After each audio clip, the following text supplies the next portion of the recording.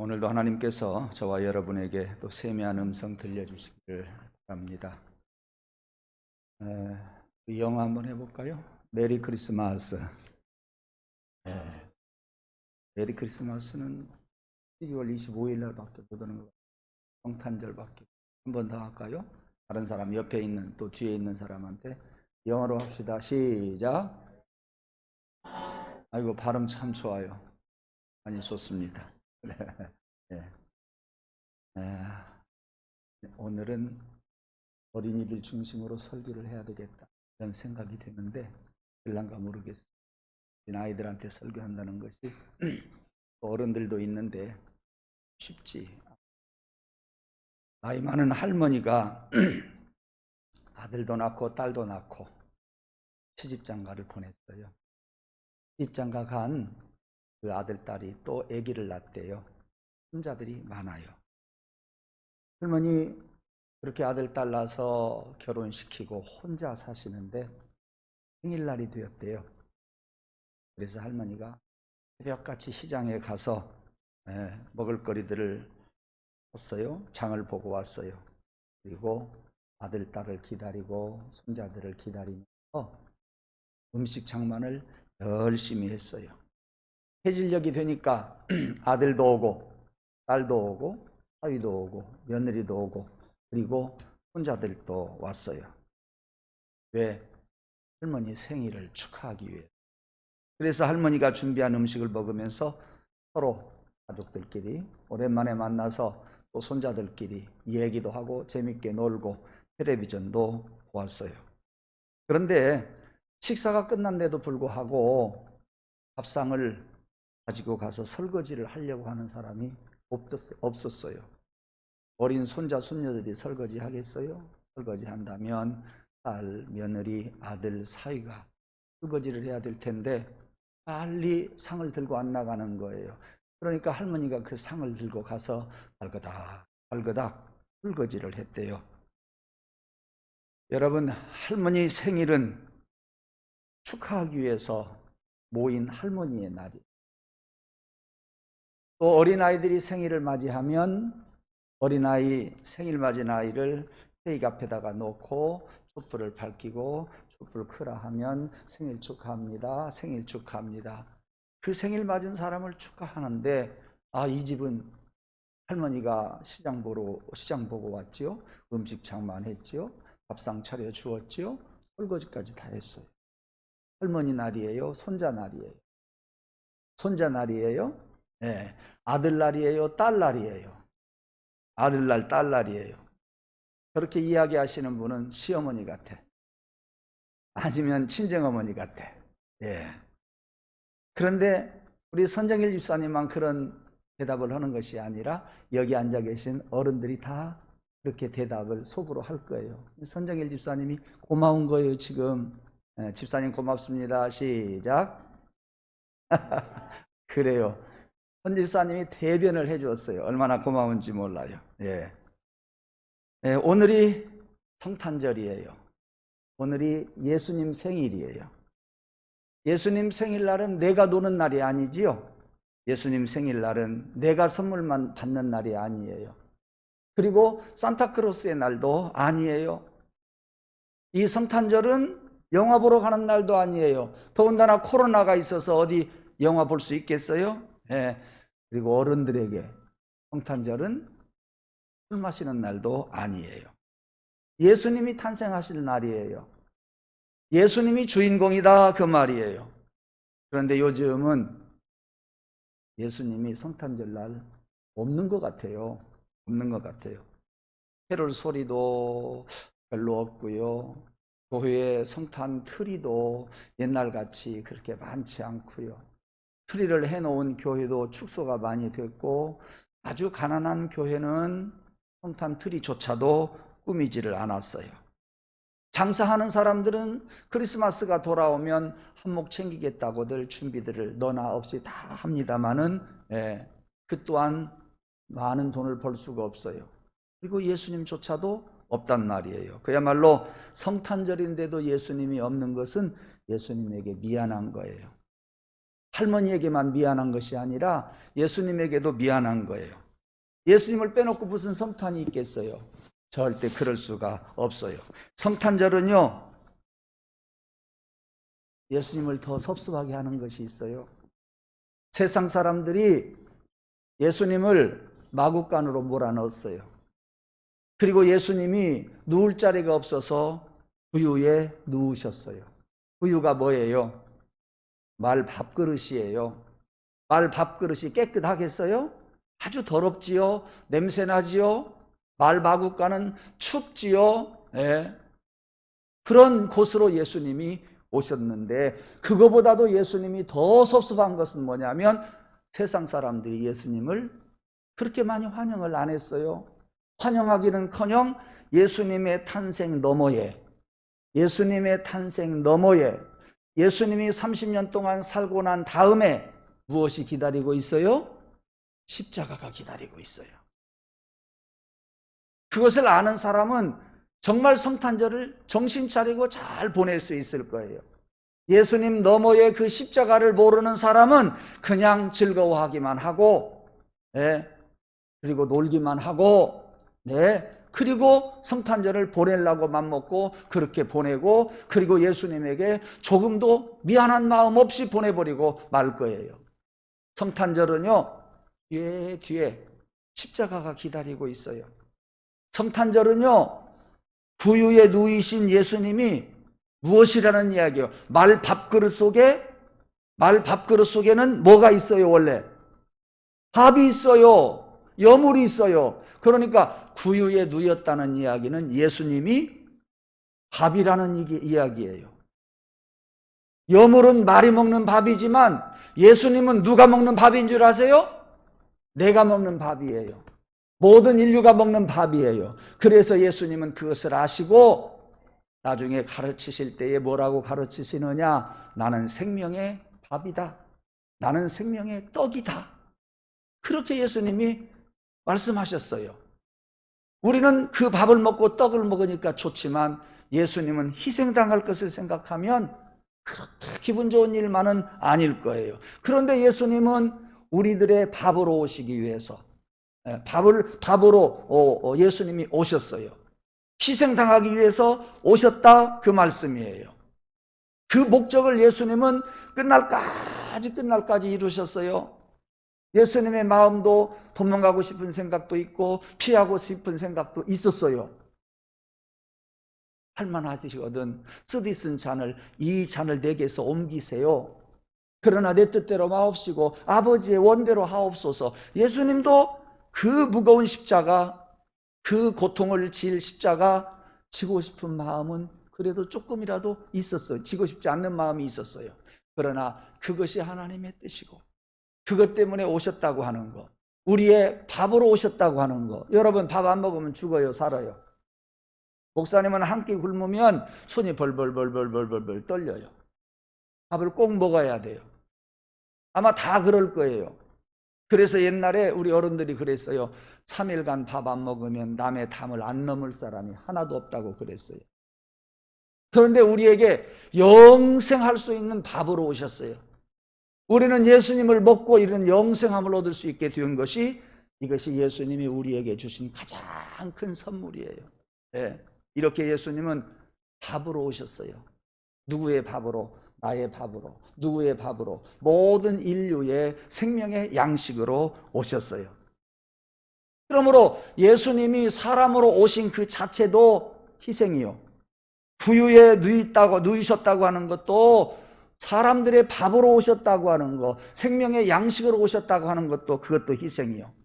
십자가에 달려서 죽으신 것도 희생이다, 그 말씀이에요. 그래서 오늘 본문 말씀에 인자가 온 것은 섬김을 받으려 함이 아니라 도리어 섬기려 하고 많은 사람들, 즉 모든 인류의 대속물로 주려 함이니라 그랬어요. 대속물이 뭐냐? 다른 사람을 대신해서 죄를 사해 주는 것을 이야기해요. 예수님은 모든 사람의 죄를 사하시기 위해서 대속물, 대신 제물로 바쳐졌어요. 그것이 뭐예요? 십자가에 달리신 예수님이세요. 예수님은 이렇게 대속물로 오셨다 그 말이에요. 그러니까 남의 죄를 대신해서 벌을 받아주는 것, 제물, 남의 죄를 대신하기 위해서 바쳐지는 제물, 이게 대속물이에요.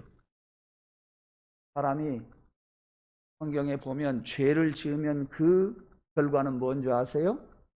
우리 어린 아이들, 죄는 곧 사망이에요. 사람이 죄를 지면 사망하게 되어 있어요. 죽게 되어 있어요. 예. 그런데 누군가가 대신 내 죄를 위해서 제물로 바쳐졌다고 한다면 그것은 참으로 다행스러운 일이고, 그것은 내가 얼마나 다행스러운지 몰라요. 내가 영생할 수 있다고 하는 이 큰 숙제를 우리는 해결한 거예요. 어른들에게 이야기하고 싶어요. 여러분, 하나님께서 아담과 하와가 에덴 동산에서 범죄했을 때에 눈이 밝아졌어요. 자기들이 벗은 줄 알았어요. 나뭇잎으로 옷을 지어서 입었어요. 그런데 나뭇잎으로 지은 옷이 얼마나 오래 가겠어요? 햇빛이 쓰이면 금방 말라져 버리지요. 그래서 또 옷을 지어 입었어요. 그러한 아담과 하와에게 하나님께서 나무로 지은 옷 대신에 무엇으로 옷을 지어서 입혔어요? 가죽옷으로. 가죽으로 옷을 지어서 입었다는 이야기는 그 가죽이 어디에 있어요? 나무의 열매요? 아니에요. 식물이 어떤 뿌리예요? 그것도 아니에요.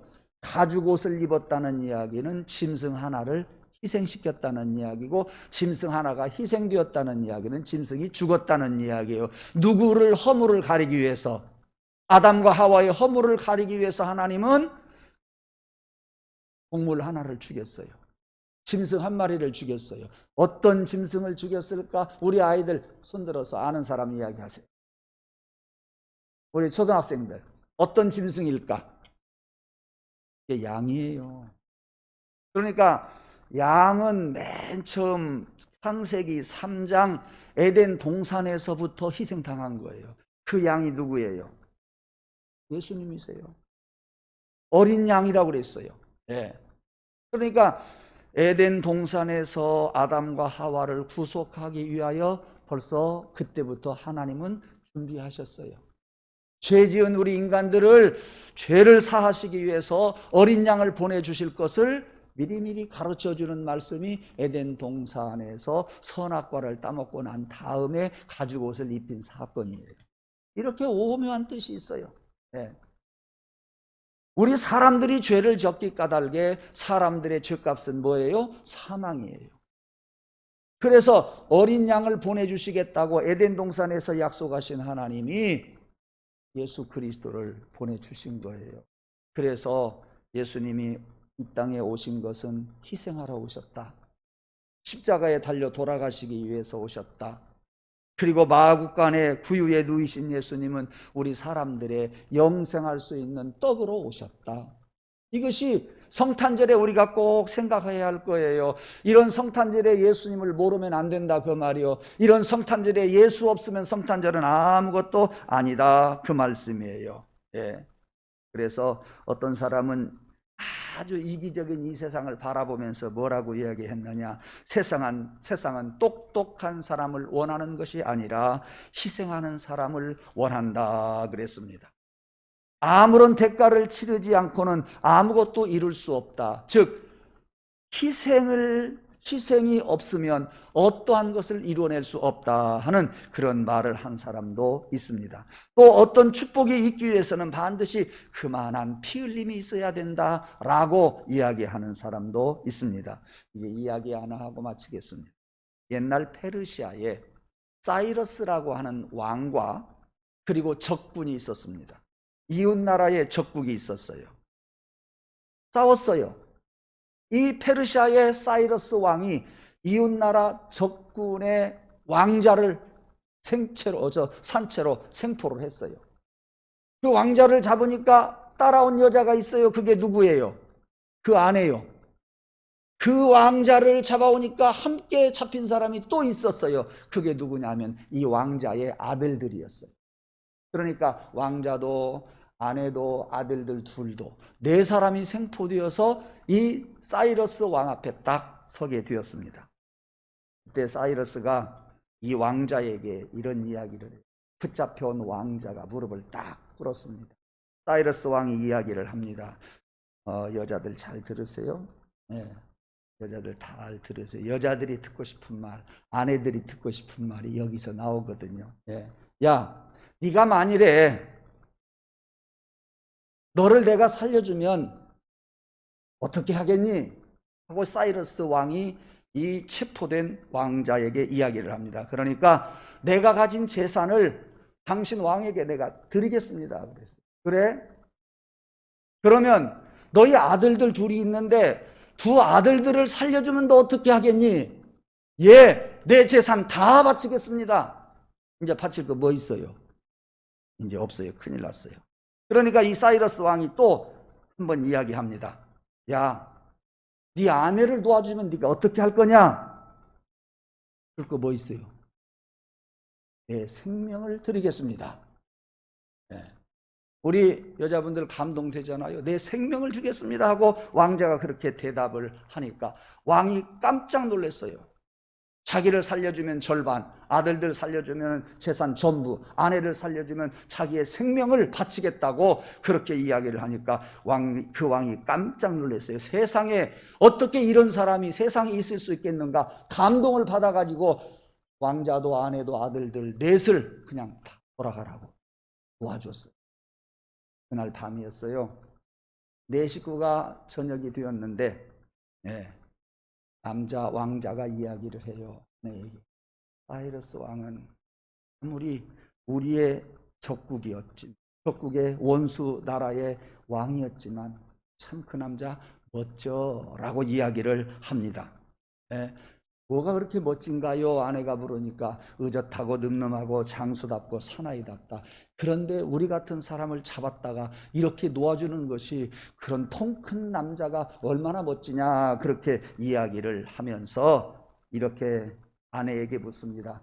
그러면 당신은 사이러스 그 왕을 어떻게 생각해요? 라고 묻습니다. 아내가 또 감동적인 대답을 해요. 남자들 한번 잘 들어보세요. 저는요, 그 사람의 얼굴을 자세히 보지 못했습니다. 나는 그분이 어떻게 생겼는지 지금 하나도 기억이 안 납니다. 왜요? 죽음 앞에서 벌벌 떨고 있기 때문에 그랬어요? 그게 아니라는 이야기예요. 그러면 도대체 당신은 뭘 보고 왔어? 하고 왕자가 그 아내에게 이야기를 하니까 나를 위해서 대신 죽겠다고 늠름하게 말하는 한 남자의 얼굴 외에는 다른 것이 하나도 보이지 않았습니다. 아멘. 아멘 할 때 가서 해야지. 이럴 때 멋진 아멘이 나와요. 그러니까 자기의 생명을 아내를 위해서 내놓겠다고 하는 그 소리를 들을 때에 왕의 얼굴, 사이러스 왕의 얼굴이 보인 것이 아니라 자기 남편의 얼굴만 보였다. 그런 이야기 아니겠습니까? 당신 얼굴 외에는 다른 거 보이지 않았습니다. 당신이 정말 멋쟁입니다. 우리 여자분들, 남자들을 향해서 시작. 당신은 멋쟁입니다. 시작. 멋이 별로 없는 것 같아요. 멋이 별로 없는 것 같아요. 멋있는 만큼 한번 표현해 보세요. 당신은 멋쟁입니다. 시작.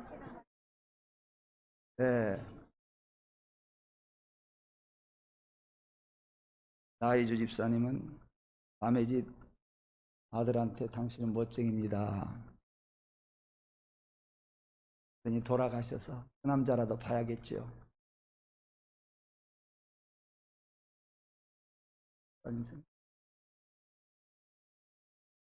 일주일 내에 하나님 힘 주세요. 주님이 신랑 되어 주세요. 여러분, 그런 남자처럼 이 세상에 멋진 남자가 어디가 있겠어요? 말씀을 맺습니다.